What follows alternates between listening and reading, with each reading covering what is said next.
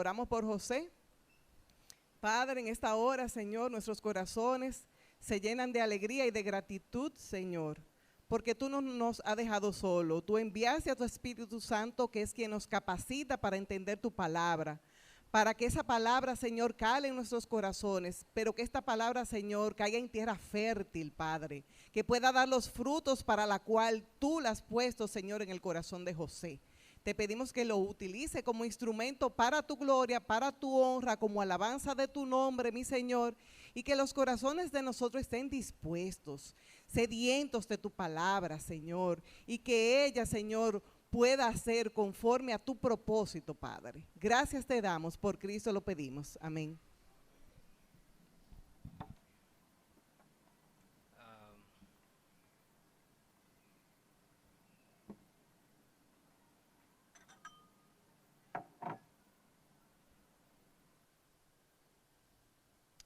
Amén, amén. No sé si me escuchan.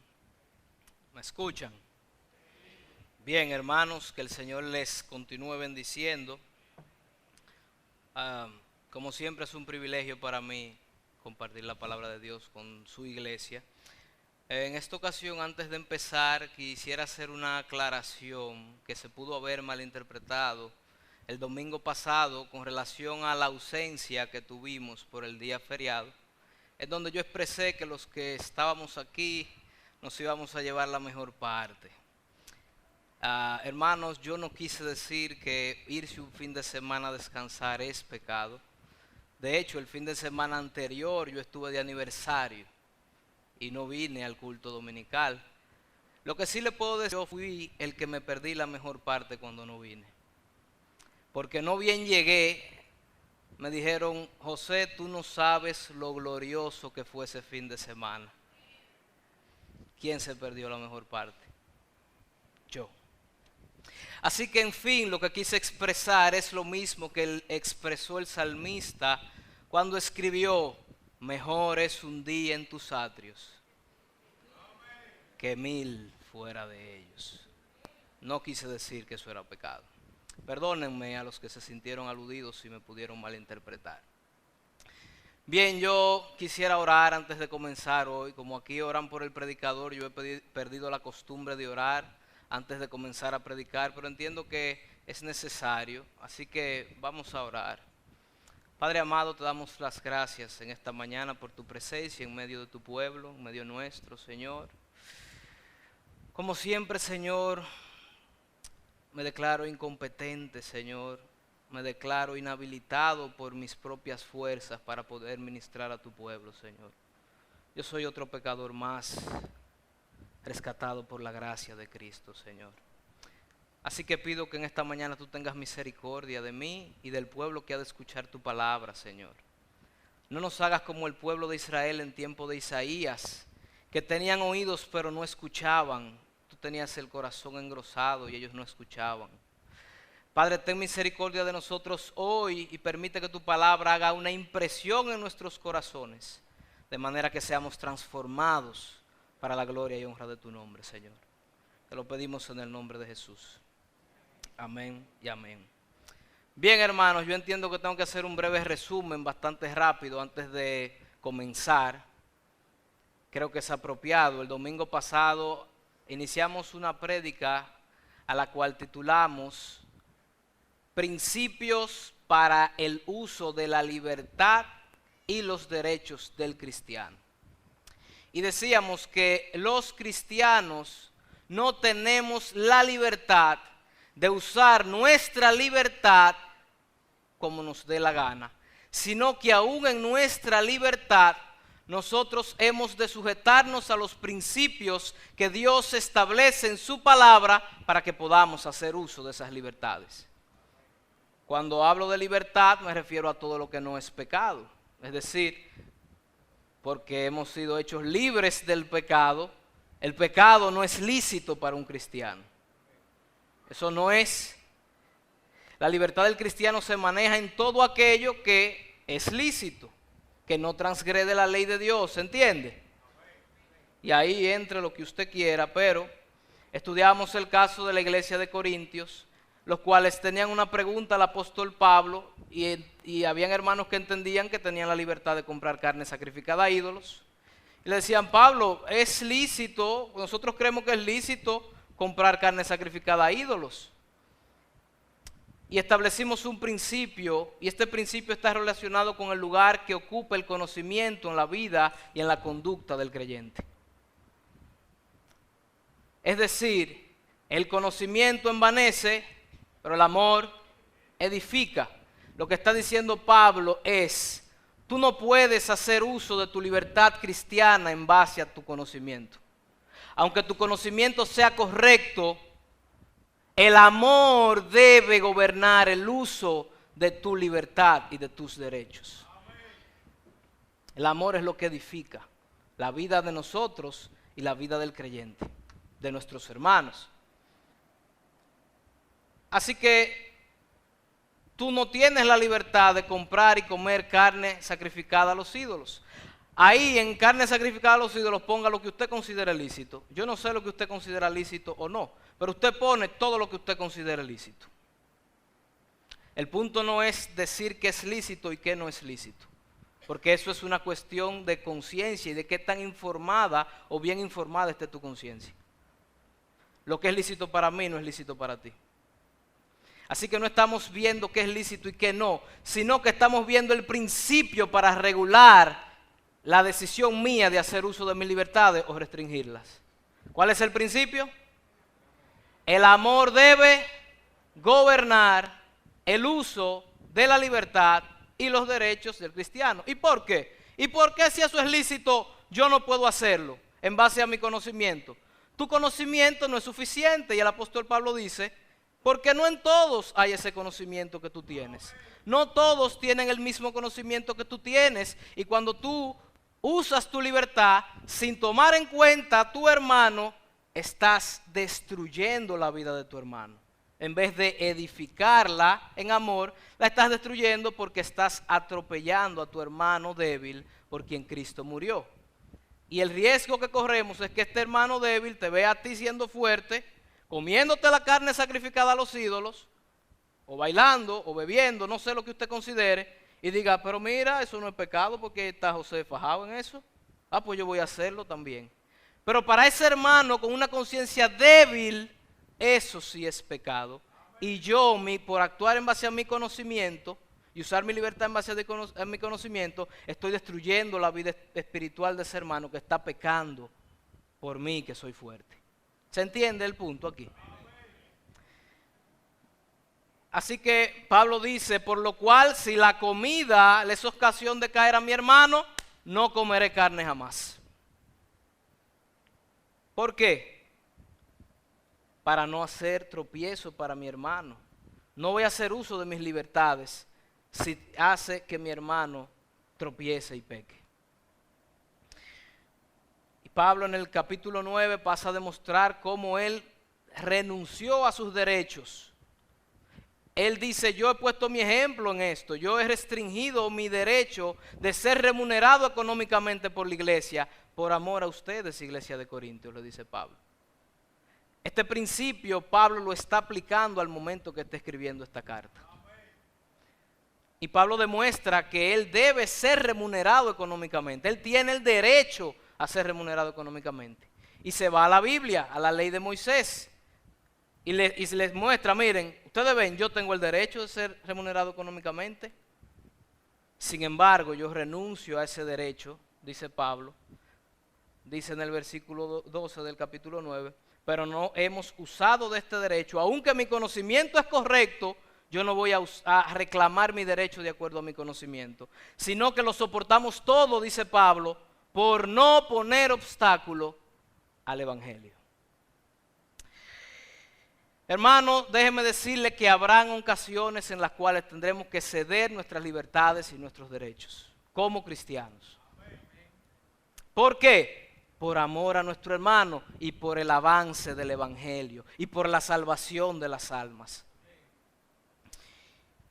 Pero habían algunos hermanos en la iglesia de Corintios que no estaban de acuerdo y ellos levantaban la bandera de sus derechos y sus libertades y decían, Pero ven acá, Pablo, ¿por qué tenemos que ser tan quisquillosos con eso? Mira, nosotros somos libres porque Cristo compró nuestra libertad. Sí, del pecado compró tu libertad. Nosotros tenemos privilegios, tenemos beneficios, hemos sido justificados por Cristo, así que tenemos la libertad de comprar la carne sacrificada a los ídolos y no nos importa lo que opine el hermano, la vamos a comprar. Y Pablo comienza haciendo unas severas advertencias en el capítulo 10 para estos hermanos que pensaban así.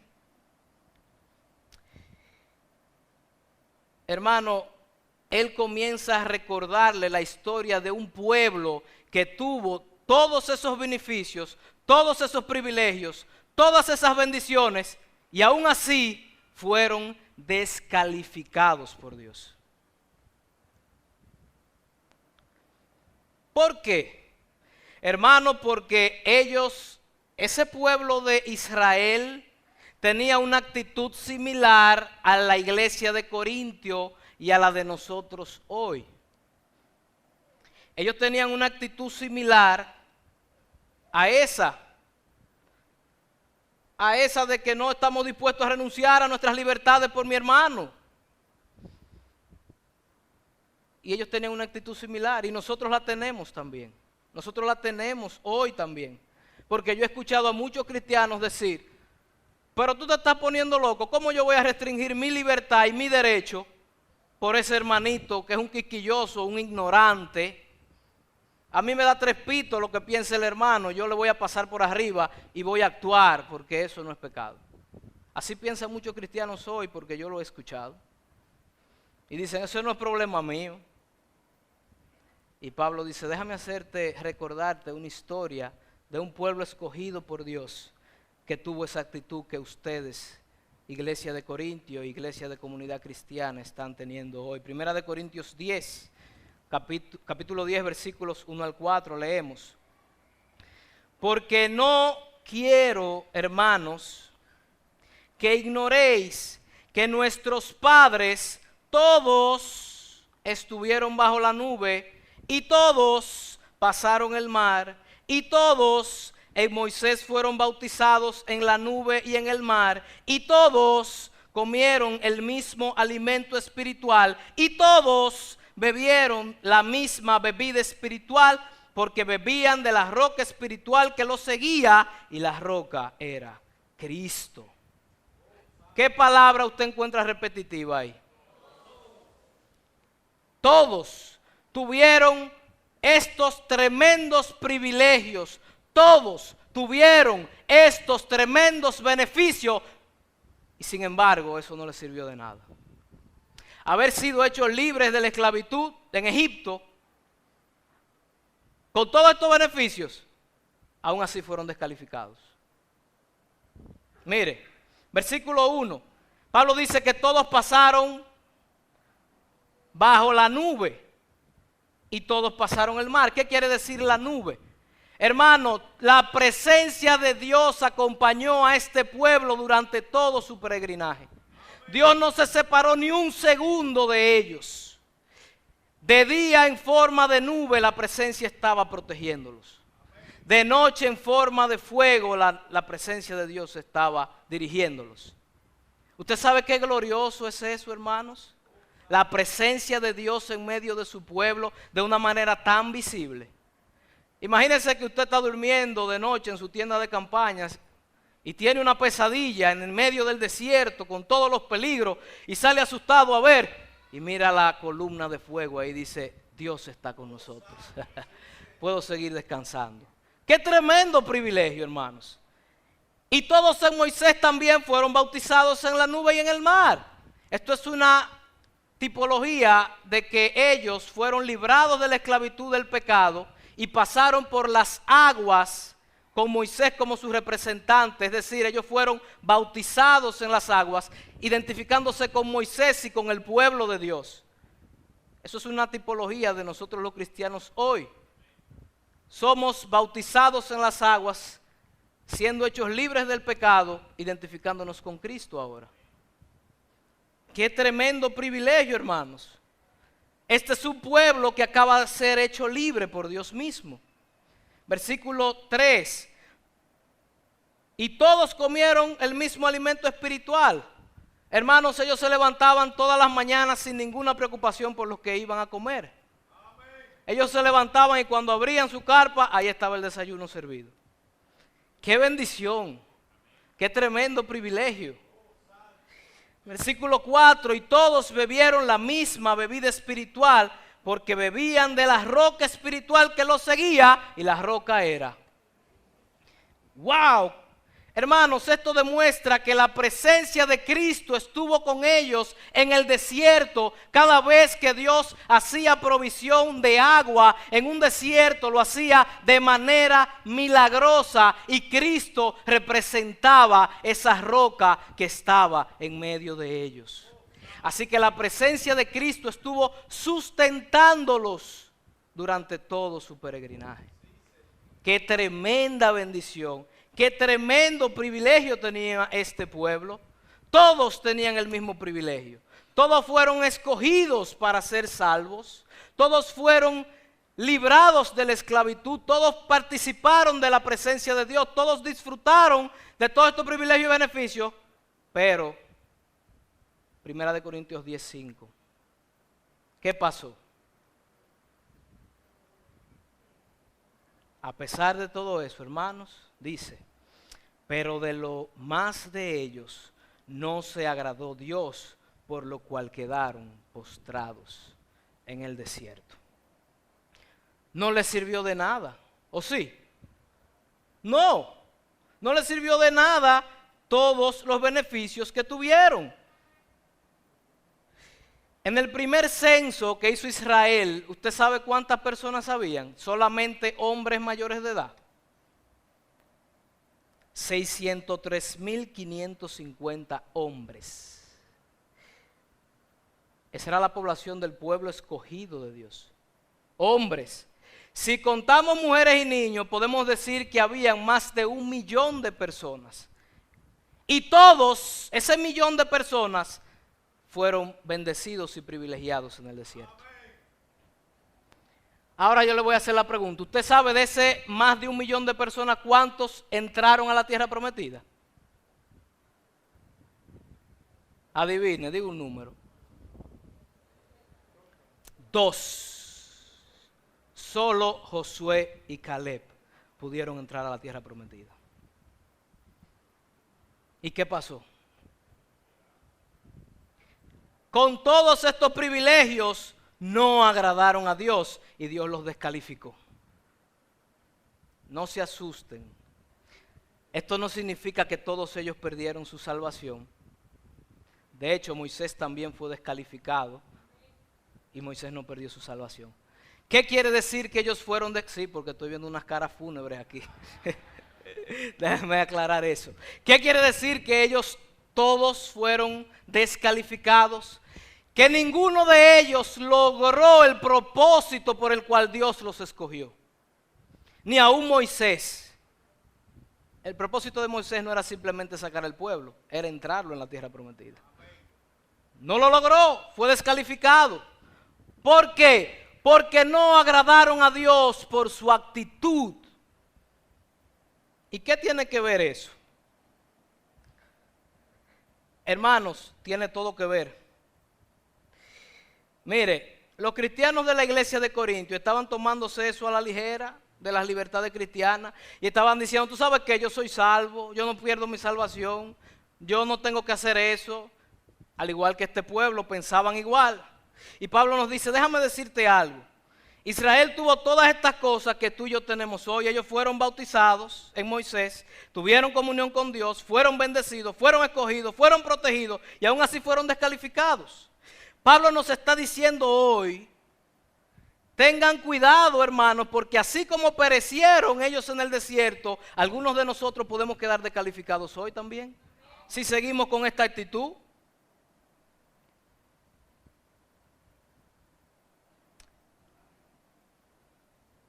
Si tú sigues haciendo uso de tus libertades y derechos sin considerar a tu hermano, yo te voy a decir una cosa, tú no has entendido nada de lo que es el cristianismo.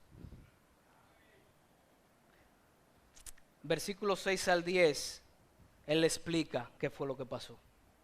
Vamos a leer versículos 6 al 10. Mas estas cosas sucedieron como ejemplos para nosotros, dice Pablo, para que no codiciemos cosas malas como ellos codiciaron, ni seáis idólatras como alguno de ellos. Según está escrito, se sentó el pueblo a comer y a beber y se levantó a jugar. Ni forniquemos, solamente voy a mencionar los pecados, ni tentemos al Señor, ni murmuréis como algunos de ellos murmuraron y perecieron por el destructor. Hermanos, nosotros tenemos esa historia ahí, no es de lujo que Dios nos la pone. Es para que aprendamos de ellos y no fallemos en lo mismo hoy. Primer pecado, hermano, que puede haber en tu vida si tú no estás dispuesto a renunciar a tus libertades y derechos. Cuidado con la codicia. ¿Qué codició el pueblo de Israel en el desierto? Codiciaron la carne. Dios proveyó maná, pero ellos querían carne. Ellos le estaban diciendo, Dios, tu provisión no es suficiente. A nosotros no nos interesa, nosotros queremos carne. A nosotros no nos interesa lo que tú nos quieras dar. Danos carne. ¿Qué más codiciaron? Codiciaron cuando hicieron un becerro de oro. Codiciaron cuando fornicaron con las hijas de Moab. Hermano, este pueblo tenía un descontrol y su codicia era lo que los llevaba a desear todas esas cosas. Se parecen a los hermanos de la iglesia de Corintios que insistían en comer carne sacrificada a los ídolos. ¿Por qué? Porque a ellos no les importaba que sus hermanos estuvieran pecando por culpa de ellos. Ellos simplemente no podían decir no a sus libertades. Ellos decían que ellos iban a comprar esa carne y no importaba. No podían dejar de consumir carne sacrificada a los ídolos por amor a su hermano y no podían dejar de consumirla por el progreso del evangelio. ¿Te das cuenta de lo que Pablo nos está diciendo? Yo no sé si ustedes han caído en cuenta. Pero cuando tú no estás dispuesto a controlar tus libertades y tus derechos y no estás dispuesto a controlar tus deseos por amor a tu hermano y al evangelio, ¿qué tú estás haciendo con tus libertades y tus derechos? Los estás codiciando más que la edificación de tu hermano, ¿o no? Estás codiciando esas libertades más que el evangelio de Jesucristo y la gloria de Dios. Eso no es lo que hacemos. Estamos codiciando nuestras libertades y nuestros deseos. Cuidado, hermanos. No seáis idólatras, dice Pablo. Sabemos que Israel falló muchísimo con esto de la idolatría. Y algunos en la iglesia de Corintios estaban descuidándose del enfoque del amor y poniendo todo su enfoque en el conocimiento. Estaban haciendo del conocimiento un ídolo, un ídolo. Yo tengo derecho a comerme esa carne. No me importa que sea tropiezo para el hermano. ¿Tú estás haciendo un ídolo de eso? No.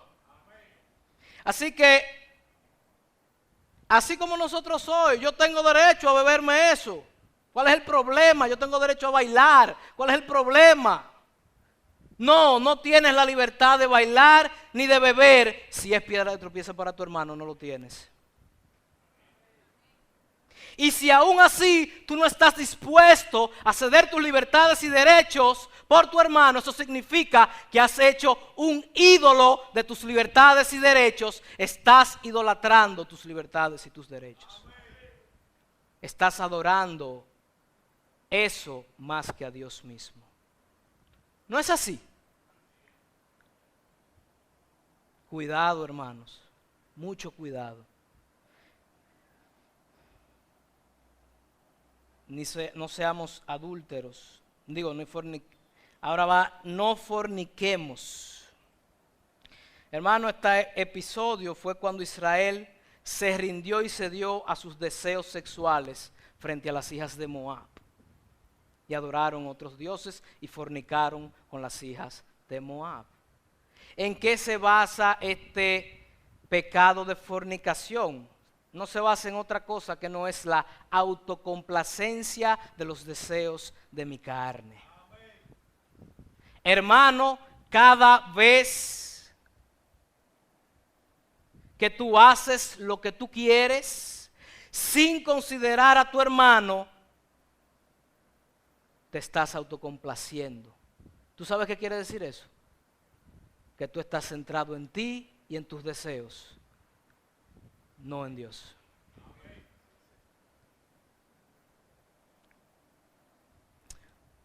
No tentemos al Señor, dice Pablo, no murmuremos.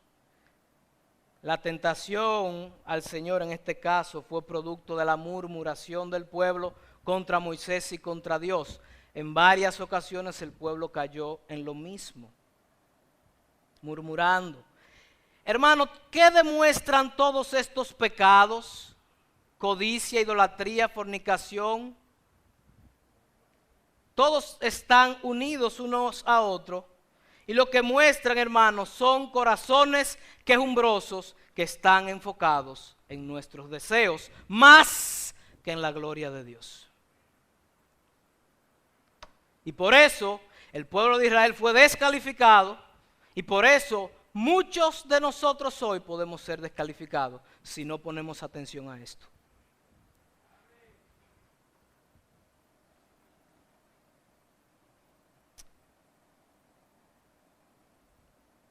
Hermano, con esto demostramos que somos egocéntricos. Esto es un síntoma. Si usted no está dispuesto a renunciar a sus libertades y derechos por el amor a su hermano, el avance del evangelio y la gloria de Dios, eso es un síntoma que usted lo puede considerar pequeño, igual que la iglesia de Corinto, pero eso demuestra una enfermedad muy grande en su corazón. Eso demuestra que usted está centrado y su vida está centrada en sus deseos y no en la gloria de Dios. ¿No es así? Porque cuando yo leí esto, yo vi un retrato así como si me estuvieran dibujando. Versículo 11. Y estas cosas acontecieron como ejemplo, hermanos, y están escritas para amonestarnos a nosotros, a quienes han alcanzado los fines de los siglos. Hermano, esto está aquí para que nosotros tomemos ejemplo en lo que ese pueblo falló, dándole rienda suelta a sus deseos y a sus libertades, para que nosotros no caigamos en el mismo pecado. Nosotros tendemos a criticar mucho al pueblo de Israel. Mira qué malagradecidos son ellos con todos esos beneficios y todos esos privilegios. Qué pecadores, qué idólatras, qué murmuradores. ¿Y nosotros? ¿No somos igual que ese pueblo? Es más, nosotros somos peor. ¿Usted sabe por qué? Porque ellos no tuvieron ejemplo para aprender. Nosotros lo tenemos, los pecados de ellos, con toda claridad para que aprendamos y no caigamos en lo mismo. ¿Usted cree que Dios está haciendo esta advertencia hoy para descalificarlo? Todo lo contrario. Esta advertencia, hermanos, es para que usted y yo nos sujetemos al principio de Dios para hacer uso de las libertades y los derechos de nosotros. Y para Dios no descalificarnos. Por eso estoy yo parado aquí hoy. Versículo 12, así que el que piensa que está firme, como esos hermanos fuertes pensaban que estaban firmes, haciendo uso de sus libertades, atropellando a los hermanos débiles, y ellos pensaban que estaban firmes, él le da un retrato y le dice, tú no estás firme nada, mira todos los pecados que tú tienes. Tú eres un idólatra de tus deseos, tú eres un codiciador de tus deseos, tú eres un fornicario, basando tu deseo en autocomplacerte más que en la gloria de Dios. Claro, pero como ellos creían que estaban firmes, y Pablo le dice, si tú piensas que estás firme, mira bien para que no caigas en lo que cayeron ellos. Versículo Y la manera de nosotros no ser tentados por estos pecados, porque estos pecados son una tentación terrible, y de hecho, yo creo que todos los ídolos que nosotros nos formamos vienen por el deseo de autocomplacernos. La única manera de no ceder ante estos pecados, ante la tentación que son estos pecados, es velando,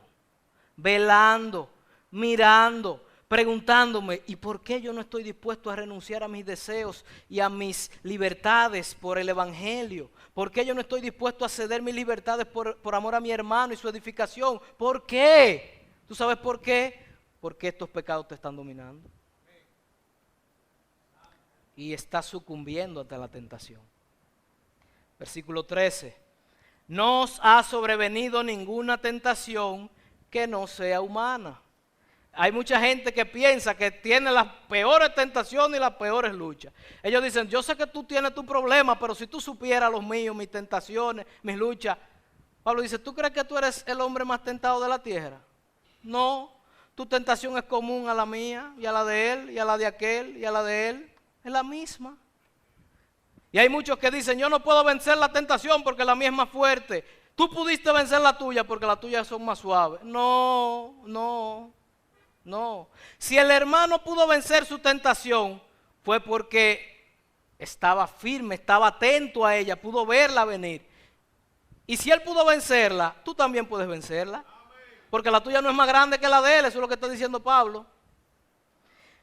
Pero fiel es Dios, que no os dejará ser tentados más de lo que podéis resistir. ¡Wow! ¡Qué glorioso es esto! Dios se ha dado la tarea de supervisar todas las tentaciones que llegan a nuestra vida. Una tarea que Él no tiene por qué tomar, pero Él se da la tarea. Yo quiero aclarar algo, Dios no envía la tentación, ni tienta, pero Dios sí las depura. Y el criterio para Dios dejar pasar una tentación a tu vida, ¿tú sabes cuál es? Si tú puedes dominar la tentación. De manera que las tentaciones que llegan a tu vida, de idolatría, de codicia, de fornicación, todas esas tentaciones, tú puedes vencerlas y soportarlas, todas. El problema es que la manera de Dios limitar la tentación no es la que tú y yo queremos. Porque la manera de limitar la tentación es dándote una salida. ¿Y quién es que tiene que tomar la salida? Dios. Tú y yo somos los que tenemos la responsabilidad de tomar la salida o no tomarla. Así que tú puedes vencer la tentación siempre y cuando tú tomes la salida que Dios te va a dar. Lo que pasa es que a veces que queremos que Dios nos force a tomar la salida. Dios no te va a forzar a tomar la salida. Tú tienes que tomar la salida. Tampoco dice que tomar la salida va a ser fácil. Ahí dice, Dios pondrá una salida bien fácil para que tú escapes. No, a veces la salida es dura. A veces la salida cuesta. Aún así, Dios provee la salida. ¿Y para qué Dios hace eso? Para quitar la tentación. A mí me hubiera gustado que diga, para quitarles la tentación. No. ¿Para qué? Para que la soporten. Dios no quitará las tentaciones en este mundo y en esta vida. Dios va a seguir permitiendo que lleguen para que nosotros las soportemos para su gloria. Hermano, piensen esto, nosotros tendremos una eternidad en la cual no vamos a ser tentados más. En el cielo no seremos tentados. Dios nos está dando la oportunidad aquí y ahora de ser tentados, soportar la tentación y darle gloria a Dios con eso. Dios nos está dando la oportunidad de renunciar a nuestras libertades y derechos por amor al hermano y que Él sea quien se lleve la gloria. Eso usted no lo va a poder hacer en el cielo. Por tanto, dice el versículo 14, por tanto, después de haber dicho todo esto, huid de la idolatría. Y es cierto que nuestros deseos y nuestras libertades se hacen ídolos, a los cuales cada vez que no estamos dispuestos a ceder por amor al hermano, ¿usted sabe lo que estamos haciendo con ellos? Con nuestros deseos y libertades. Adorando estos deseos y libertades más que la gloria de Dios. Pero aunque eso es cierto, en este contexto, Pablo lo que se refiere es huir de los lugares de idolatría, es decir, de los templos paganos donde se hacían esos sacrificios. En pocas palabras, Pablo le está diciendo, en estos templos se hacían ceremonias a Zeus y se mandaba una invitación: estás invitado al banquete en honor a Zeus para sentarte a la mesa con Zeus y con todos sus seguidores y comerte la carne en honor a Zeus aquí en el templo. Y Pablo está diciendo, huyan de esos lugares. ¿Y cómo es eso, Pablo? La carne no es el problema y el lugar sí es el problema. Exactamente, dice Pablo, sí. Y Pablo me encanta en el versículo 15, como estaba hablando de esa manera con personas muy fuertes y con mucho conocimiento, le dice, como a sensato os hablo, ustedes que son tan fuertes y que tienen tanto conocimiento, juzguen esto que yo les voy a decir. Esto lo voy a leer para seguir el flujo del pensamiento porque estoy aniquilado con el tiempo.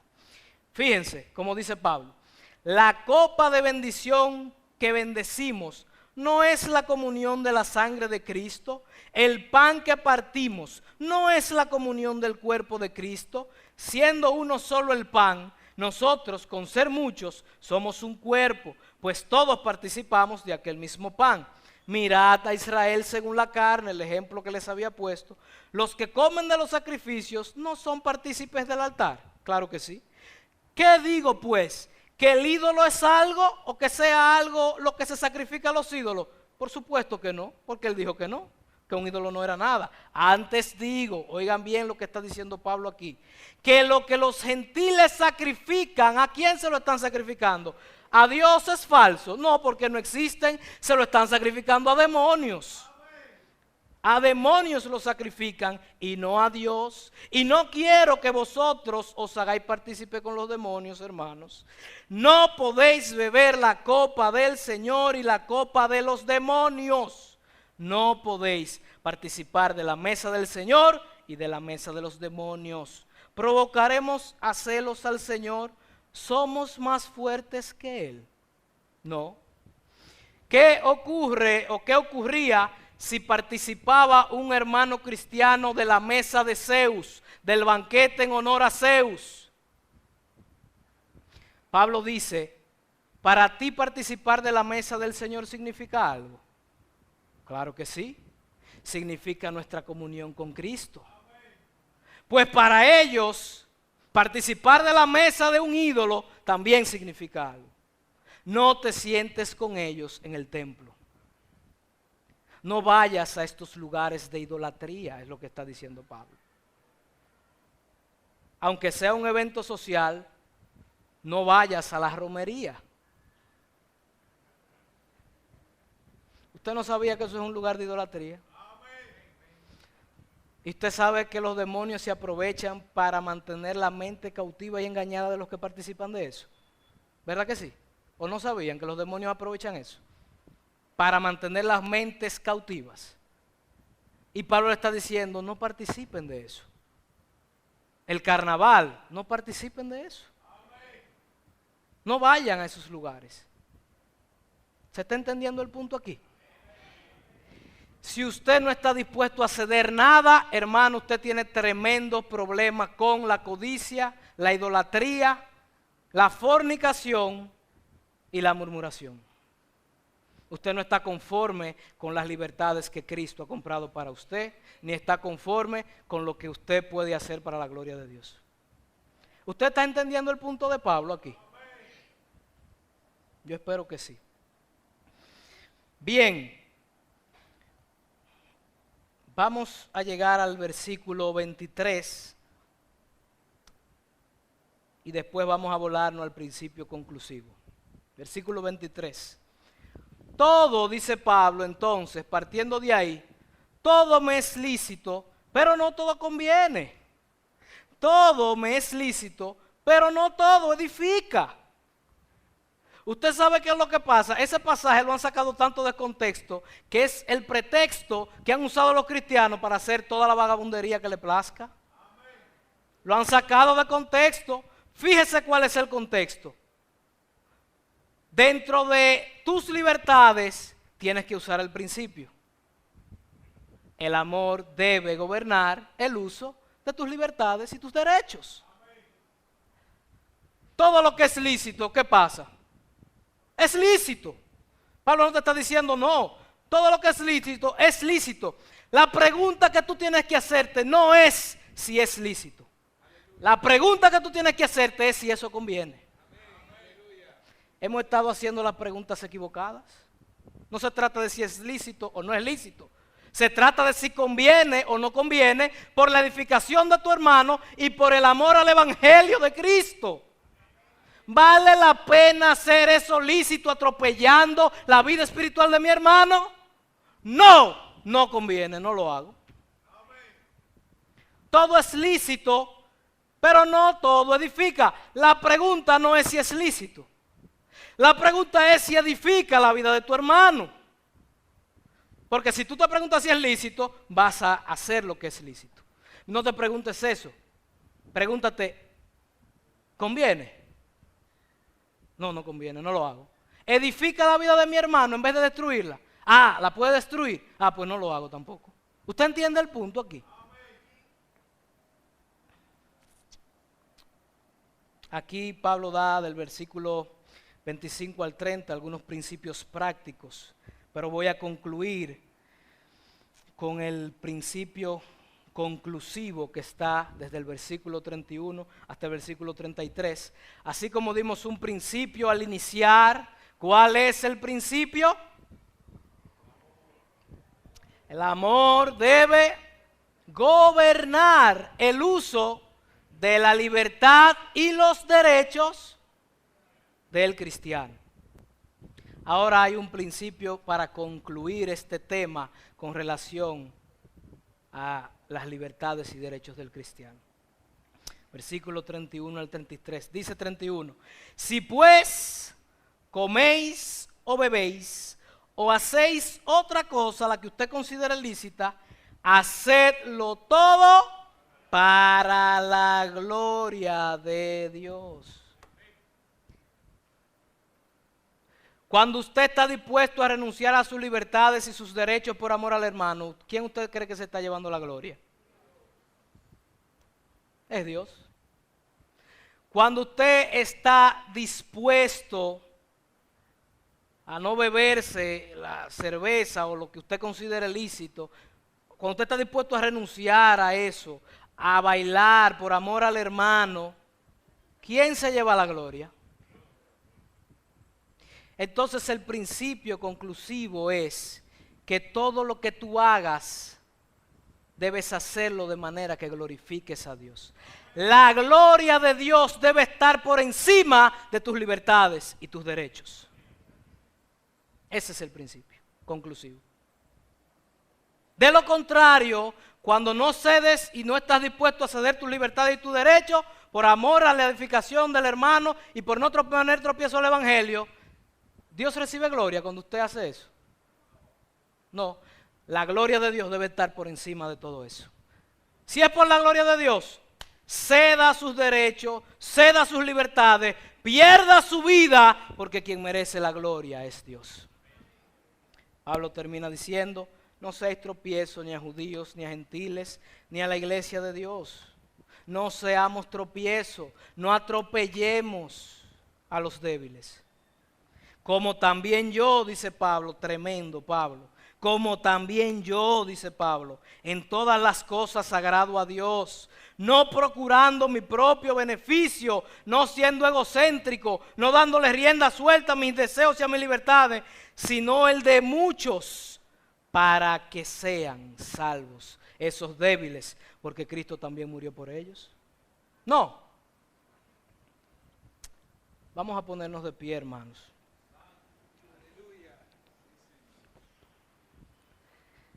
Yo quiero que nosotros nos concentremos en el principio conclusivo, que es la gloria de Dios. Usted sabe en dónde se intensifica el brillo de la gloria de Dios. El brillo de la gloria de Dios brilla con toda su esplendor y toda su fuerza en la persona y obra de nuestro Señor y Salvador, Jesucristo. ¿Y usted sabe en qué consiste la gloria de Dios? En Dios teniendo toda la libertad y todo el derecho de no castigar nuestro pecado en su Hijo, Dios renunciando a sus libertades y sus derechos y castigando mi pecado en el cuerpo de su Hijo. Usted sabe la roca que lo seguía en el desierto, la cual era Cristo. Usted sabe quién debió llevar el golpe mortal por la idolatría, por la codicia, por los deseos desenfrenados, por la fornicación, por murmurar contra Dios. Usted sabe quién merecía el palo. Nosotros merecíamos ser muertos. Y la gloria de Dios consiste en que Él prefirió golpear la roca, cediendo a sus libertades y a sus derechos. Él tenía el derecho de no golpear a su Hijo y golpearnos a nosotros. Él lo tenía, era legítimo, porque Cristo no cometió pecado. Dios estuvo dispuesto a renunciar a sus libertades y sus derechos por ti y por mí. Y golpeó a su Hijo. Y su Hijo recibió el golpe también, renunciando a sus libertades y derechos para la gloria del Padre. Y hoy nos llama a nosotros cristianos a hacer lo mismo que hizo el Hijo, a ceder nuestras libertades y nuestros derechos, tirarlos por la ventana, todo para que Dios sea glorificado. Vamos a orar. Padre, te damos las gracias en esta mañana. Oh Señor, perdónanos. Perdónanos por nuestra actitud egocéntrica. Perdónanos por nuestra actitud egoísta. Perdónanos por idolatrar nuestras libertades y nuestros deseos. Perdónanos, Señor. Reconocemos que te hemos fallado en no usar este principio. Reconocemos que hemos atropellado a los hermanos débiles en el uso de nuestras libertades. Hemos sido codiciosos, sí, Señor. Hay codicia en mi corazón, Padre. Yo la he visto, tú la has visto. Reconozco que soy un idólatra de mis libertades y mis derechos, porque en ocasiones no la he cedido para tu gloria. Reconozco, Señor, que he pecado muchas veces por autocomplacerme a mí, sin tener en cuenta a mi hermano. Padre, cada uno de estos pecados están presentes en nuestras vidas. Hemos sido tentados y hemos caído, Señor. Por lo cual, venimos arrepentidos delante de tu presencia, dándote la gloria y dándote las gracias porque tú renunciaste a tus libertades y derechos. Y en esta mañana no nos golpeas porque has golpeado a Cristo, Señor. Gracias por esa sangre preciosa que fue vertida cuando tú golpeaste. Porque gracias a esta obra hoy nosotros podemos ser limpios de estos pecados. Ayúdanos, Señor, ayúdanos a usar este principio siempre que tengamos la oportunidad. Ayúdanos a poner el amor por encima de nuestro conocimiento. Ayúdanos a ceder, a renunciar a nuestras libertades y a nuestros derechos por amor a la edificación de mi hermano. por el cual tú moriste. Que la evidencia de nuestro arrepentimiento sean nuestras vidas cambiadas a partir de esta mañana, Señor. Y si estamos aquí haciéndote un show y realmente no estamos arrepentidos, ten misericordia, Señor, y concédenos arrepentimiento en esta mañana, Señor. Te rogamos estos favores por Jesucristo. Amén. Amén.